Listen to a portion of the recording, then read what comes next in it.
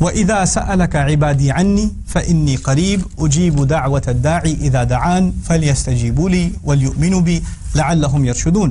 اور جب میرے بندے میرے بارے میں آپ سے سوال کریں تو بے شک میں قریب ہوں، میں پکارنے والے کی پکار قبول کرتا ہوں جب بھی وہ مجھے پکارے. تو چاہیے کہ وہ بھی میرا حکم مانیں اور چاہیے کہ وہ مجھ پر ایمان لائیں تاکہ وہ ہدایت پائیں. اذا سألک عبادی عنی، جب میرے بندے آپ سے میرے بارے میں سوال کریں. یہ پہلا حصہ ہے آیت کا. اب شروع کا لفظ ہے اذا. اذا اذا کہتے ہیں جب کو، when. دوسرا لفظ عربی میں ہے ان. ان کہتے ہیں اگر کو. یعنی یہ کہا جا سکتا تھا جب میرا بندہ آپ سے سوال کرے، یا جب میرے بندے آپ سے سوال کریں، یا اگر میرے بندے آپ سے سوال کریں. تو جب اور اگر میں کیا فرق ہے، تھوڑا سا فرق سمجھنے کی کوشش کر لیں. ایک ماں ہے، اپنے بچے کو اس نے باہر بھیجا ہوا ہے پڑھائی کے لیے، 6 مہینے سے باہر گیا ہوا ہے، چھٹیوں میں آئے گا. اب ماں انتظار میں ہے. اب ماں کیا کہے گی؟ جب میرا بیٹا آئے گا تو پراٹھے بناؤں گی، یا اگر میرا بیٹا آئے گا تو پراٹھے بناؤں گی؟ کیا کہے گی؟ اگر نہیں کہے گی. اگر نہیں کہے گی. اور کوئی اور غلطی سے اگر کہہ دے تو اس کی شامت آئے گی. یا مطلب اگر جب آئے گا، یعنی ماں کو ایک توقع ہے، ایک ایکسپیکٹیشن ہے کہ بیٹا آ رہا ہے، ٹھیک ہے نا؟ تو جب وہ کال کرے گا، یعنی اگر وہ کال کرے گا، جب وہ کال کرے گا.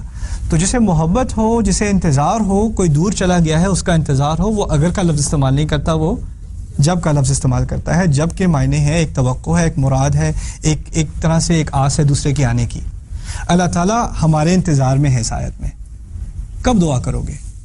یعنی اگر کرو گے، جب کرے گا، جب کرے. تو اس میں ایک توقع ہے. یہ پہلی بات. دوسری بات، اذا جب سے مراد ہے کہ یہ ہونا ہی ہونا ہے.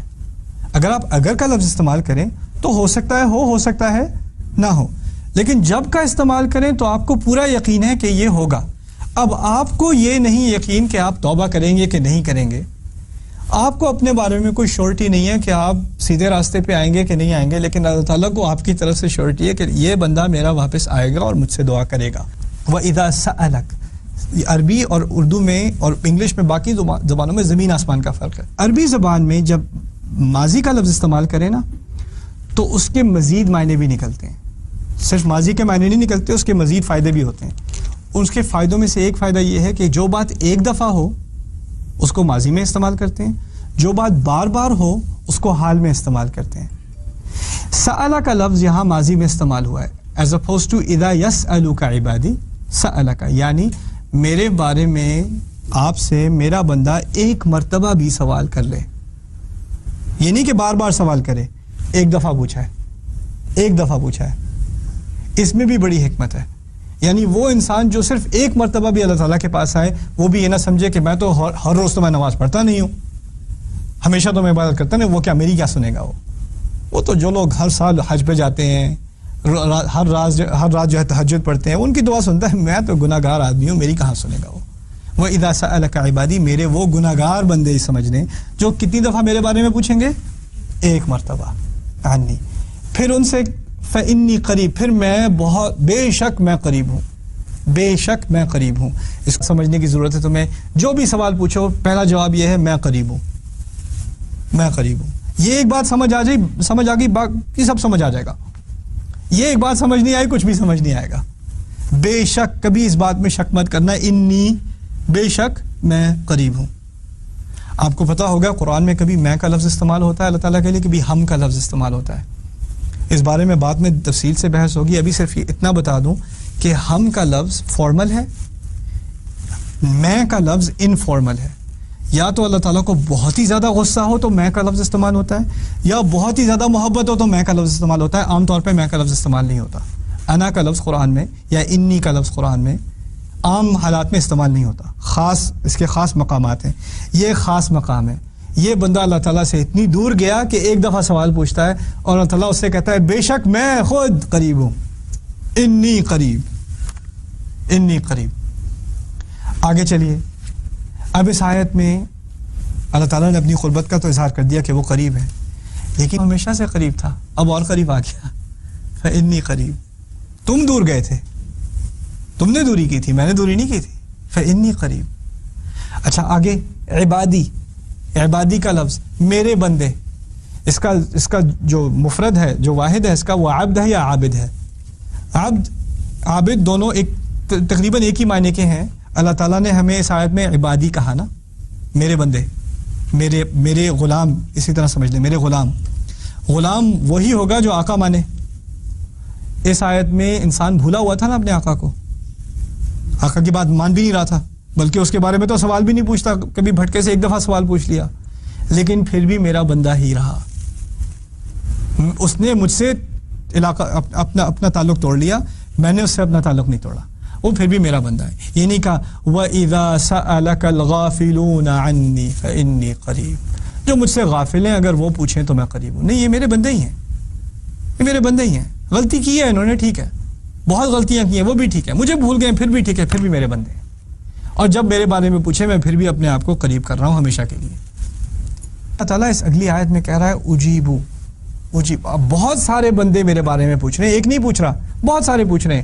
اجیبو، میں فوراً جواب دیتا ہوں. استجیبو کہتے ہیں جواب دینے کو، لیکن وہ فوراً نہیں ہوتا. استجیبو کا لفظ استعمال نہیں کیا، اجیبو کا لفظ استعمال کیا. اس کا مطلب ہے میں فوراً جواب دیتا ہوں، فوراً جواب دیتا ہوں.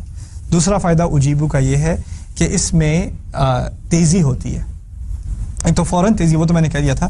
اجیبو اس میں کیونکہ یہ حال کا صیغہ ہے، بار بار جواب دیتا ہوں، یعنی سوال ایک تھا، جواب بہت سارے آ رہے ہیں. سوال ایک دفعہ کیا، جواب آتے جا رہے ہیں. اگر ایک جواب ہوتا تو عجب تو، لیکن اجیبو ہے، لفظ اجیبو استعمال ہوا ہے.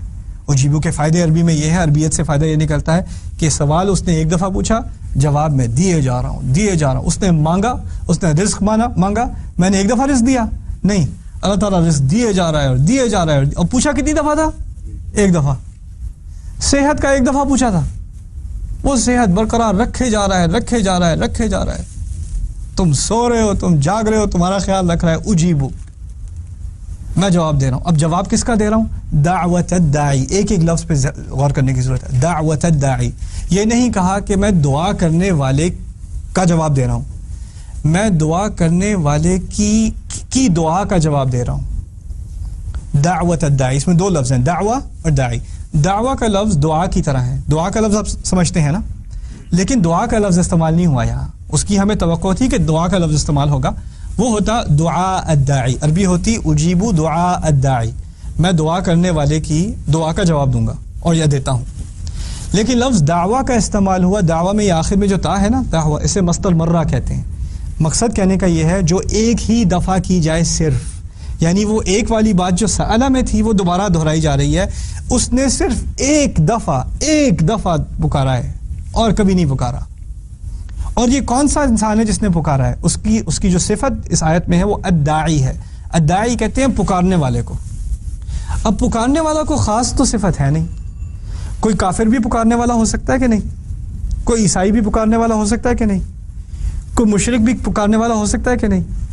کوئی بھی پکارنے والا ہو سکتا ہے، کوئی بھی ہو سکتا ہے. کوئی متقی بھی پکارنے والا ہو سکتا ہے، کوئی فاسق، کوئی گنہگار، کوئی نافرمان، وہ بھی پکارنے والا ہو سکتا ہے. کوئی عالم بھی پکارنے والا ہو سکتا ہے، کوئی جاہل بھی پکارنے والا ہو سکتا ہے. اس آیت میں یہ نہیں کہا میں بہت ہی بہترین عبادت کرنے والے لوگوں کا جواب دوں گا، میں متقی کا جواب دوں گا، میں محسن کا جواب دوں گا، میں حاجی کا جواب دوں گا، میں عمرہ کرنے والے کا نہیں، جو بھی پکار لے. اگر پکارنے والے بنو تو میں جواب دینے کو تیار ہوں.